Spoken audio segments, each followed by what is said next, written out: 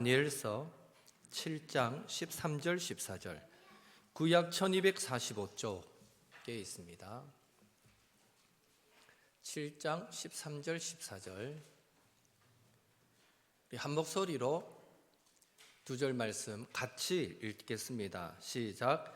내가 또 밤 환상 중에 보니 인자 같은 이가 하늘 구름을 타고 와서 옛적부터 항상 계신 이에게 나아가 그 앞에 인도되매 그에게 권세와 영광과 나라를 주고 모든 백성과 나라들과 다른 언어를 말하는 모든 자들이 그를 섬기게 하였으니 그의 권세는 소멸되지 아니하는 영원한 권세요 그의 나라는 멸망하지 아니할 것이니라. 아멘.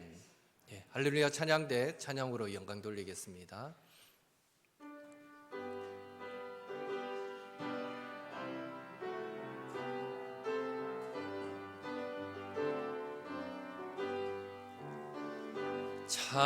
찬양하라 내 영혼아, 찬양하라 내 영혼아, 내 속에 있는 것들아 다 찬양하라.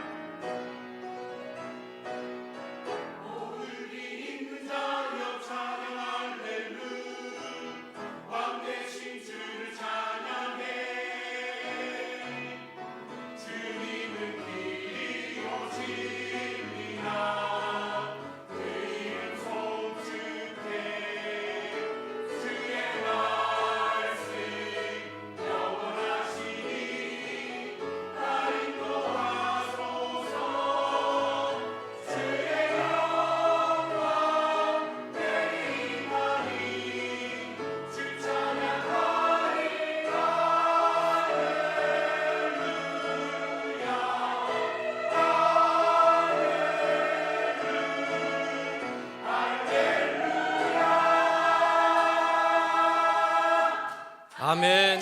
하나님께 영광의 박수 올립니다. 예, 감사합니다. 서로 인사할까요? 보고 싶었습니다. 사랑합니다. 축복합니다. 오늘도 은혜 많이 받으십시오. 예.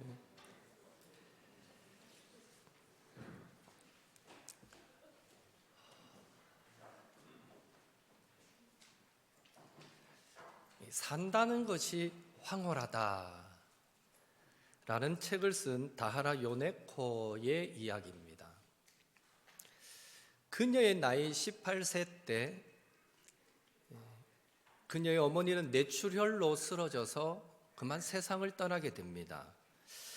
갑자기 맞닥뜨린 어머니의 죽음, 그는 막내딸로 특별히 어머니로부터 큰 사랑을 받으며 성장했기 때문에 그 18세 사춘기 소녀에겐 너무나 큰 충격이었습니다.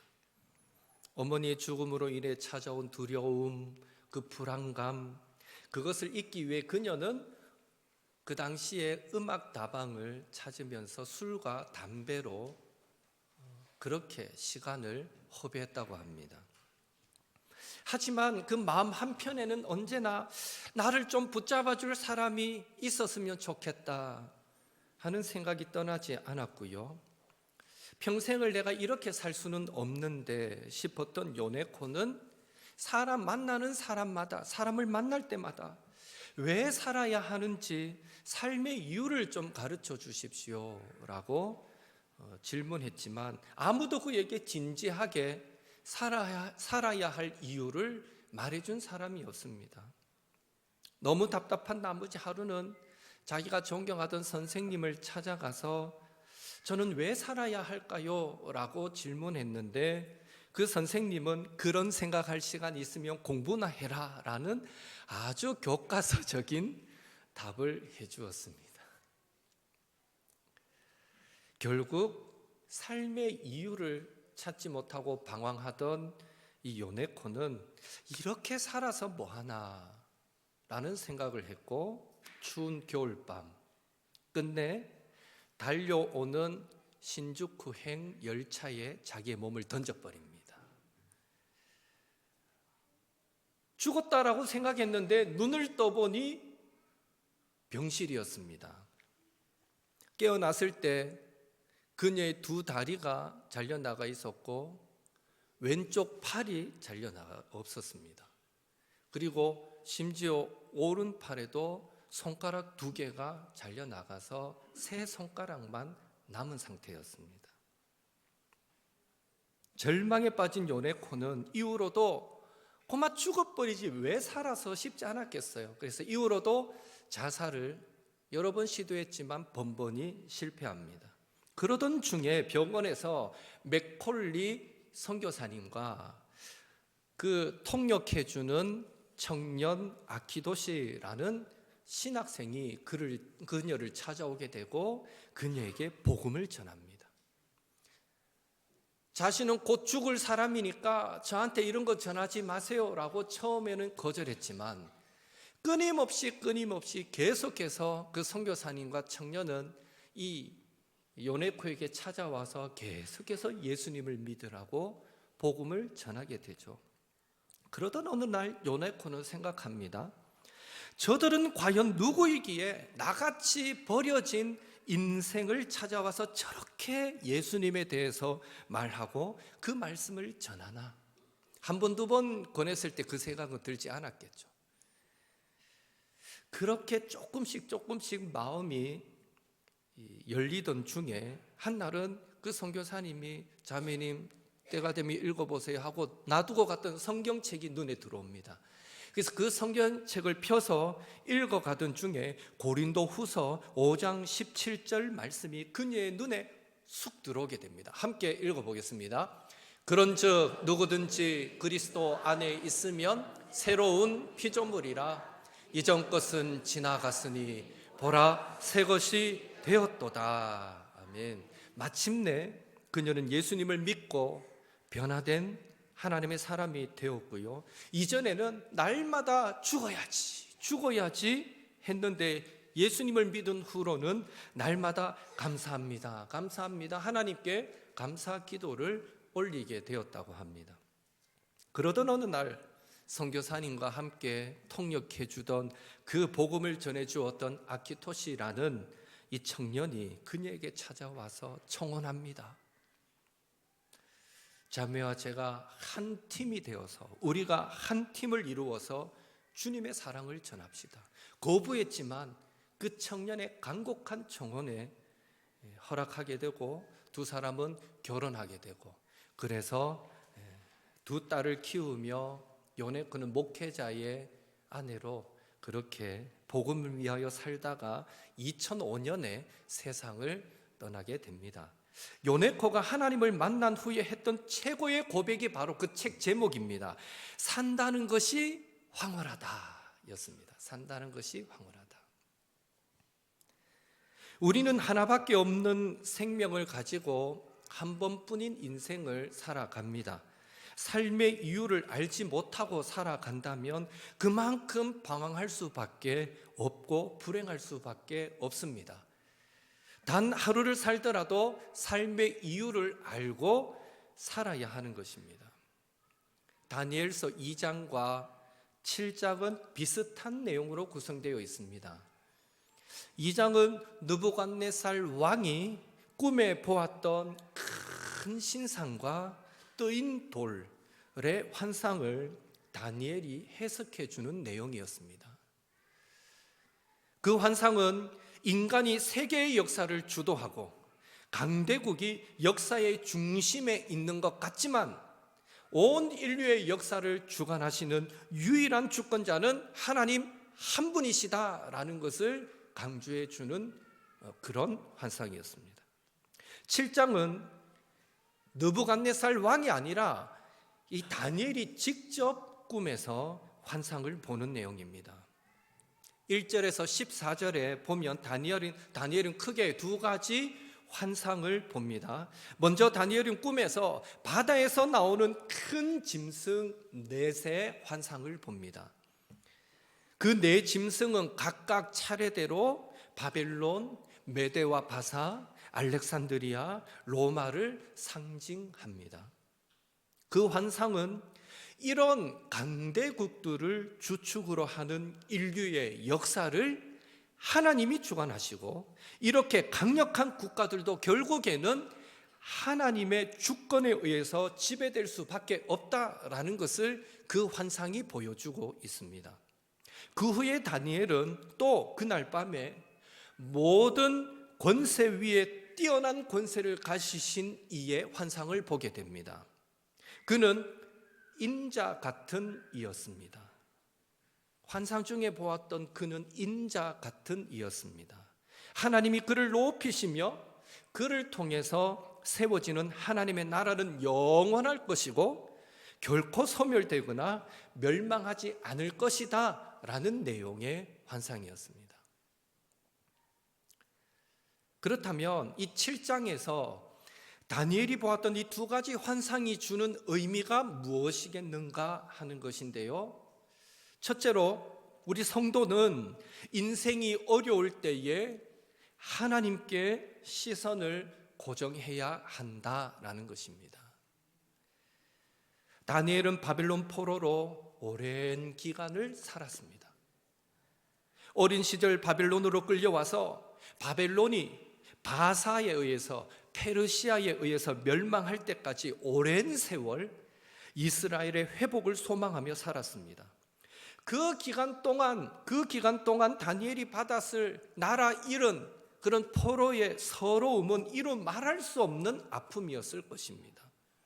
그가 총리로 있다고 해서 그런 서러움이 없었겠습니까? 얼마나 많은 아픔과 서러움이 있었겠습니까? 무엇보다 하나님의 이름을 높여드려야 하는 하나님의 백성이 이방 민족에게 짓밟힌 채 살아간다는 것이 다니엘에게는 매우 큰 고통이었을 것입니다. 감사하고 다행스러운 것은 하나님은 이미 과거에 여러 선지자들을 통해서 이런 이스라엘 백성들의 회복을, 즉 포로에서의 해방을 예언해 주셨다는 것입니다. 다니엘은 그런 선지자들의 예언이 이루어지기를 간절히 기다렸을 것입니다. 문제는 현실을 바라보면 그 예언이 이루어질 기미가 전혀 보이지 않았다는 것입니다. 강대국 바벨론은 절대로 망하지 않을 것처럼 보였기 때문입니다. 실제로 역사적으로도요, 바벨론은 망하기 직전까지도 절대로 망하지 않을 것처럼 보였고요, 바벨론은 하룻밤에 멸망했던, 그 멸망 자체가 사실 기적이다 할 만한 그런 일로 멸망했던 나라입니다. 그래서 계시록에 보면 이 세상 권세, 이 세상 나라를 바벨론으로 묘사하고요, 때가 되면 바벨론은 멸망한다라고 하는데, 바벨론을 비유하고 있는 것은 바벨론이 하루아침에 멸망했듯이 언젠가 주님이 재림에 오시면 이 세상 권세와 나라는 하루아침에 끝나게 된다는 것을 바벨론으로 빗대고 있는 것입니다. 바벨론의 멸망 생략하고요, 하루아침에 어떻게 멸망이 가능할까? 여러분 역사를 찾아보시면 마지막 바벨론 왕이 벨사살 왕이었는데, 그의 아버지 때에 자기 아들 벨사살하고, 그리고 그 왕의 충직한 신하, 그 신하의 이름이 고브리아스입니다. 고브리아스하고 그 고브리아스의 아들하고 그렇게 4명이 사냥을 나갔는데, 왕과 왕의 아들과 신하와 신하의 아들이 사냥을 나갔어요. 그러면 누가 가장 큰 짐승을 잡아야 되겠습니까? 예? 잘하시네. 신하입니까? 우리도 다 아는 이 일을 그 신하의 아들이, 고브리아스의 아들이 눈치 없이 제일 큰 짐승을 잡았습니다. 자존심이 상한 왕이 자기 아들보다도 더 큰 짐승을 잡은 그 신하의 아들을 죽여버립니다. 거기에 원한을 품은 고브리아스는 그 길로 바벨론을 떠나 고레스 왕을 찾아가게 되죠. 그래서 그 밑에 수하로 들어가게 됩니다. 그 다음에 메대와 바사의 연합군이 바벨론을 쳐들어올 때에 바로 이 고브리아스가 그 연합군의 지휘관으로 오게 됩니다. 그러니 바벨론 구석구석 얼마나 잘 알겠어요. 성이 어떻게 하면 성에 들어갈 수 있는지. 그래서 강 상류를 막아버리고 물이 멈추니까 물이 성 안으로 들어가던 수로가 보이지 않습니까? 그 수로를 통해서 군사들이 들어가게 됩니다. 바벨론 성 자체는 절대 외부에서 화살을 쏘고 뭘 던져서 점령할 수 있는 성이 아닙니다. 엄청나게 강한 성인데 그 수로를 통해서 군사들이 들어갔고, 이미 바벨론이 멸망할 때였기 때문에 왕은 늘 호색에 빠져 있고 신하들을 돌보지 않고 국민을 돌보지 않으니, 그 바벨론 군사 중에 그 군인 중에 한 사람이 이 고브리아스의 이전 신하였던 것입니다. 고브리아스가 수로로 들어가서 바벨론 군사의 그 장군을 회유시킵니다. 너 계속 그 왕 밑에 있을래? 나라가 이래 되면 좋냐? 결국 회유당해서 사실은 큰 피 흘림 없이, 큰 전쟁 없이 하룻밤 사이에 바벨론 군대조차도 왕을 적대하게 되어서 그 밤에 벨사살 왕은 죽임을 당하게 되고, 그렇게 하룻밤에 바벨론은 멸망하게 된 것입니다. 이렇듯 바벨론은 하룻밤에 멸망했기 때문에, 다시 말해서 멸망하기 전날까지도 전혀 망하지 않을 것 같았기에 늘 해방을 기도하던, 자유를 기도하던 다니엘은 언제 이루어질지 모르는 하나님의 약속을 기다리면서도 바벨론이 멸망하기 하루 전까지도 그 눈앞의 현실에 때로는 암담했을 것입니다. 그러나 중요한 사실은요, 다니엘은 눈앞의 현실만 바라보면서 좌절하지 않았다는 것입니다. 온전히 하나님을 바라보며 하나님께서 하신 그 예언이 이루어지기를 기도했습니다. 다시 말해 다니엘은 하나님의 일하심이 전혀 보이지 않을 때도 그 시선을 하나님께 고정시키고 하나님 앞에 간절히 기도하는 시간을 포기하지 않았다는 것입니다. 그렇게 다니엘이 시선을 하나님께 고정하며 기도했을 때 하나님은 현실 속에서는 보이지 않는 하나님의 그 영적인 역사, 그 영적인 세계에서 하나님의 역사가 진행되고 있음을 두 가지 환상을 통해서 오늘 본문에서 보여주었던 것입니다. 그리고 그 의미를 하나님은 이렇게 해석해 주셨습니다. 다니엘서 7장 25절에서 27절 같이 읽는데요. 그가 할 때 여기에 그는 세상 권세를 말합니다. 함께 읽겠습니다. 그가 장차 지극히 높으신 이를 말로 대적하며 또 지극히 높으신 이의 성도를 괴롭게 할 것이며 그가 또 때와 법을 고치고자 할 것이며 성도들은 그의 손에 붙임 바 되어 한 때와 두 때와 반 때를 지내리라. 그러나 심판이 시작되면 그는 권세를 빼앗기고 완전히 멸망할 것이요 나라와 권세와 온 천하 나라들의 위세가 지극히 높으신 이의 거룩한 백성에게 붙임 바 되리니 그의 나라는 영원한 나라이라. 모든 권세 있는 자들이 다 그를 섬기며 복종하리라. 아멘. 즉 하나님은 시선을 하나님께 고정하며 기도했던 다니엘에게 두 가지 환상을 통해서 하나님이 다스리는 나라는 결코 패하지 않고 영원하며 하나님이 보내신 지극히 높으신 그 이에게 하나님의 백성과 함께 모든 나라와 권세들이 복종하게 된다라는 것을 환상을 통해서 그리고 그 환상의 해석을 통해서 깨닫게 만들어 주셨던 것입니다. 하나님은 오늘날에도 여전히 역사하고 계십니다. 하나님은 하나님의 백성을 버리지 않으시기에 믿음으로 사는 자는 반드시 최후 승리를 얻게 될 줄로 믿습니다.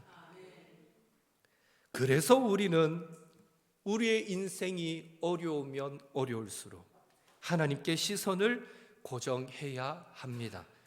반드시 승리하시는 하나님의 역사하심에 우리의 시선을 고정해야 합니다. 하나님께서 최후에 우리에게 승리를 주실 것을 믿음으로 바라봐야 합니다. 이번 한 주간을 살아가실 때 나의 무능함과 나를 무력하게 만드는 현실의 상황에 우리의 시선을 빼앗기지 마시고 다니엘처럼 어렵고 힘든 때일수록 결국 나를 승리케 하실 역전의 하나님을, 그 하나님께 시선을 고정하시는 우리 옥토의 성도님들 되시기를 예수님의 이름으로 축원합니다. 둘째로, 성도는 인생이 어려울 때 예수님께 시선을 고정해야 합니다. 우리가 읽었던 13절, 14절 한 번 더 같이 읽습니다.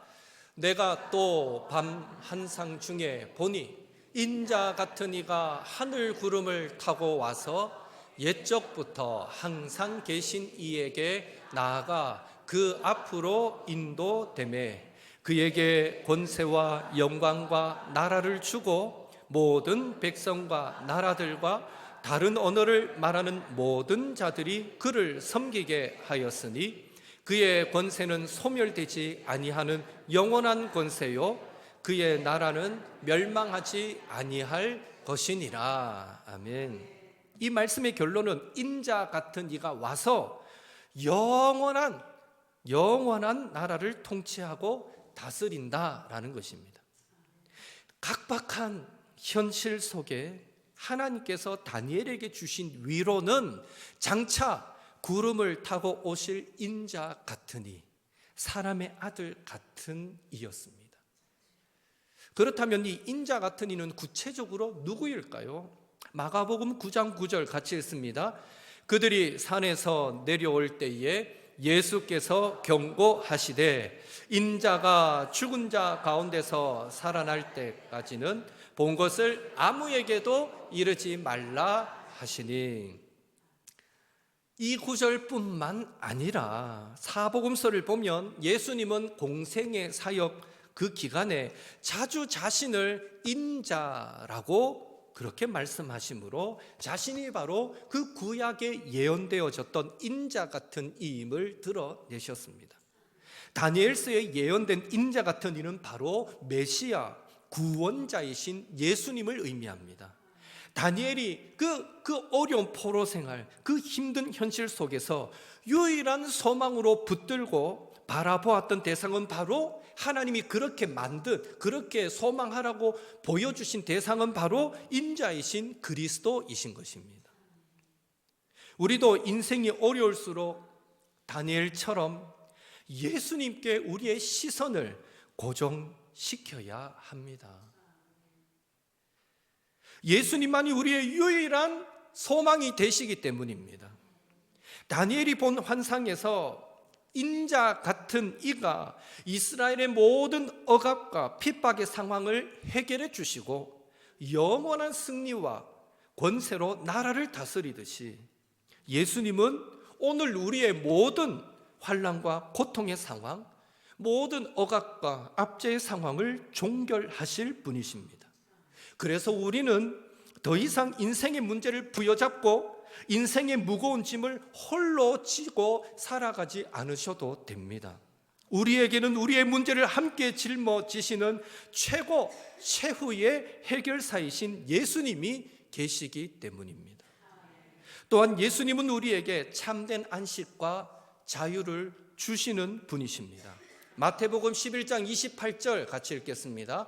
수고하고 무거운 짐진 자들아 다 내게로 오라. 내가 너희를 쉬게 하리라. 아멘.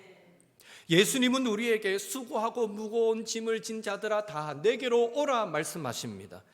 예수님은 우리 인생의 문제를 해결해 주실 뿐 아니라 우리를 진정으로 쉬게 안식하게 만들어 주시는 분이십니다. 우리는 오직 예수님의 십자가 그늘 아래에서만 참된 쉼을 누릴 수 있습니다. 예수님의 십자가의 복음은 세상의 손가락질과 마귀의 참소와 정죄로부터 우리를 자유하게 하는 것입니다. 그뿐만이 아닙니다. 예수님은 우리의 힘겨운 현실을 함께 견디고 공감하시는 분이십니다. 그것이 가능한 것은 그분이 전지전능하실 뿐만 아니라 친히 육신을 입고 이 땅에 오셔서 우리의 모든 고통과 아픔을 몸소 체험하시고 짊어지셨던 분이시기 때문입니다. 히브리서 4장 15절 같이 읽겠습니다. 우리에게 있는 대제사장은 우리의 연약함을 동정하지 못하실 이가 아니요 모든 일에 우리와 똑같이 시험을 받으신 이로되 죄는 없으시니라. 아멘. 예수님께서 이해하시지 못할 고난, 고통은 없습니다. 예수님 역시 저와 여러분과 똑같은 시험을 받으셨기 때문입니다. 그래서 예수님은 저와 여러분의 아픔, 슬픔에 충분히 공감하시고 그렇기에 요네코의 상처도 어루만지셨듯이 우리의 아픔과 상처도 온전히 싸매워 주셔서 우리로 하여금 산다는 것이 황홀하다 라고 고백하게 만드실 수 있는 것입니다. 그래서 우리의 시선은 날마다 예수님을 향하고 예수님께 고정되어야 합니다. 아버지와 아들이 함께 소를 끌어 밭을 갈고 있습니다. 아들이 아버지를 보니까 어떻게 그렇게 밭을 일직선으로 곱게 쭉쭉 잘 가는지 모릅니다. 그런데 자기가 갈아놓은 밭을 보니까 삐뚤빼뚤합니다. 그래서 아들이 아버지께 묻습니다. 아버지, 도대체 어떻게 해야 밭을 이렇게 잘 갈 수 있습니까? 아버지가 아들에게 말합니다. 아들아, 소 엉덩이만 바라보고 밭을 갈지 말고 저 밭 앞에 있는 저 나무를 보고 그 나무를 보고 한번 밭을 갈아봐라. 아버지의 말대로 했더니 정말 그 밭은 곧게 갈려졌다라는 그런 이야기가 있습니다. 신앙생활도 어디에 우리의 시선을 고정시키느냐가 중요합니다. 세상의 시선을 고정하면 우리의 신앙생활은 삐뚤빼뚤 할 수밖에 없습니다. 뜨거웠다가 차가웠다가 할 수밖에 없습니다. 하지만 우리의 시선을 예수님께 고정하면 우리의 신앙은 좀 더 아름답고 성령 충만하게 되는 것입니다.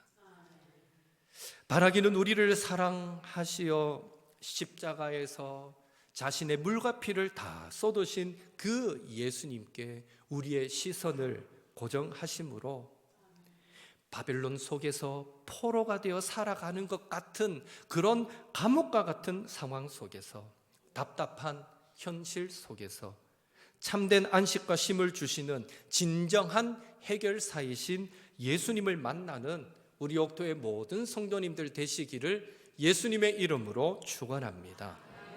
말씀을 정리하겠습니다. 예수님은 33년의 인생과 3년의 공생의 기간, 짧은 삶이셨지만 삶의 이유와 목적을 분명히 알고 사셨습니다. 요한복음 17장 1절 함께 읽겠습니다.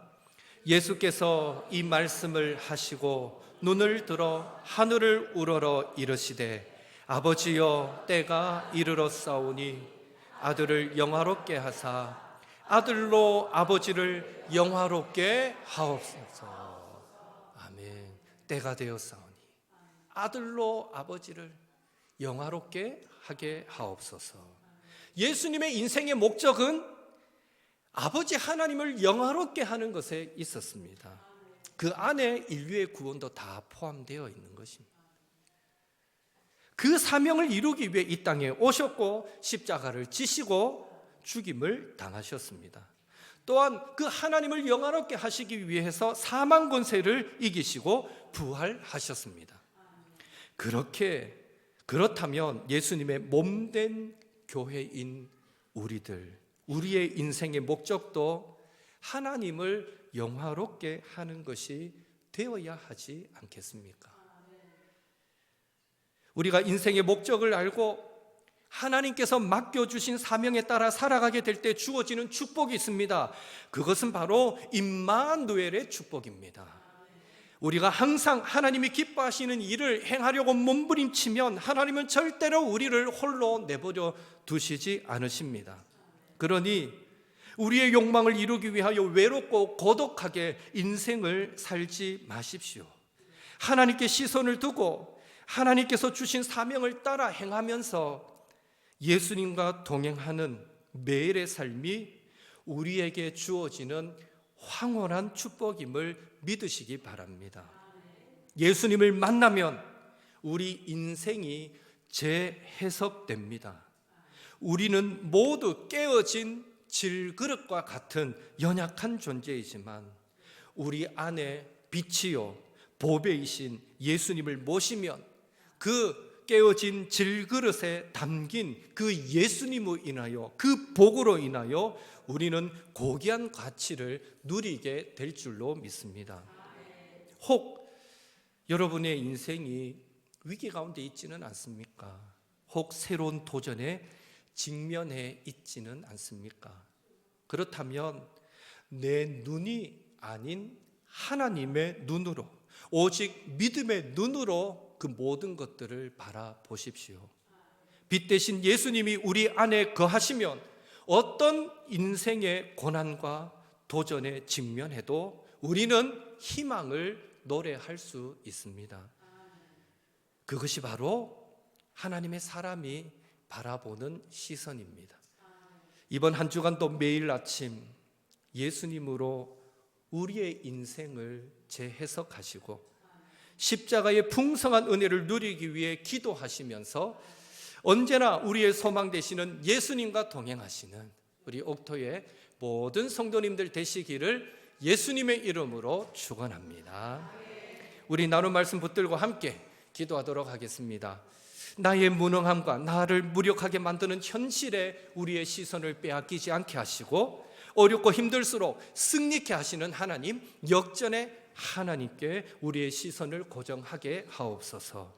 우리를 사랑하셔서 십자가 지신 그 예수님이 감옥 같은 상황, 답답한 현실 속에서 참된 안식과 쉼을 주실 것을 믿고 매사에 해결사 그 예수님께 우리의 시선을 고정하게 하옵소서. 날마다 예수님으로 인해 우리의 인생이 재해석되게 하시고 십자가의 은혜를 누리기 위해 항상 기도하면서 소망 되신 주님과 동행하게 하옵소서. 우리의 시선이 하나님께 예수님께 고정되기를 원합니다. 그렇게 기도하시고 정지영 권사님 화요일 날 예정대로 다리, 뼈, 골절, 봉합 붙이는 수술을 하게 되는데 여러분 수술이 잘 되도록 평소에도 또 골다공증이 좀 심해서 뼈 밀도가 많이 났습니다. 그래서 혹시나 나사를 받고 이럴 때 어려움이 없도록 우리가 구체적으로 그렇게 함께 수술을 위해서 기도해 주셨으면 좋겠고요. 빠른 회복을 위해 기도해 주십시오. 그리고 사실 나라가 많은 어려움 가운데 있습니다. 하나님 이 나라를 지켜주옵소서. 이 나라의 정부도 정치도 그리고 경제도 하나님 붙잡아 주시옵소서. 빨리 이 나라가 안정되는 은혜도 허락하여 주옵소서. 우리 나라를 위해서도 기도했으면 좋겠습니다. 이 시간 우리 받은 말씀 붙들고 정지영 권사님과 아프신 분들을 위해서 이 나라를 위해서 함께 합심해서 기도하겠습니다.